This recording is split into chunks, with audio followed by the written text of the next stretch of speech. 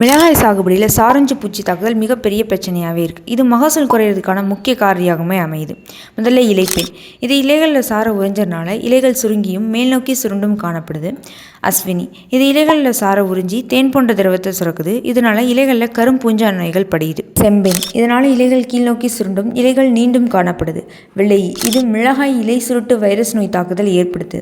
இதனால இலைகள் சுருங்கியும் சுருண்டும் மஞ்சள் நிறமாக மாறியும் காணப்படுது. பொதுவாக சாரஞ்சு பூச்சி தாக்குதல் ஏற்படும் போது செடியோட வளர்ச்சி பாதிக்கப்படுது, பூ காய்கள் வைப்பது பாதிக்கப்படுது. இதனால மகசூலுமே அதிக அளவு குறையுது.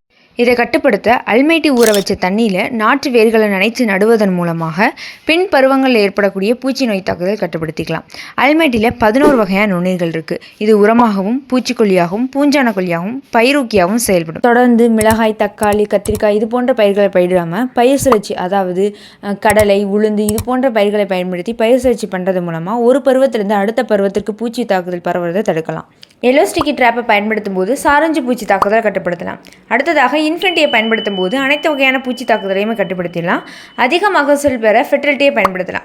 இன்ஃபென்டி, ஃபெர்டிலிட்டி ரெண்டையும் பயன்படுத்தும் போது பூச்சி தாக்குதலையும் கண்ட்ரோல் பண்ணிடலாம், அதே நேரம் மகசூலையும் அதிகரிச்சிடலாம். இன்ஃபென்டி, ஃபெர்டிலிட்டி ரெண்டுமே ஒரு ஏக்கருக்கு 250 கிராம் போதுமானது. இது போன்ற முறைகளை பயன்படுத்தி மிளகாயில் பூச்சி தாக்குதலை கட்டுப்படுத்தி அதிக லாபம் பெறுங்கள்.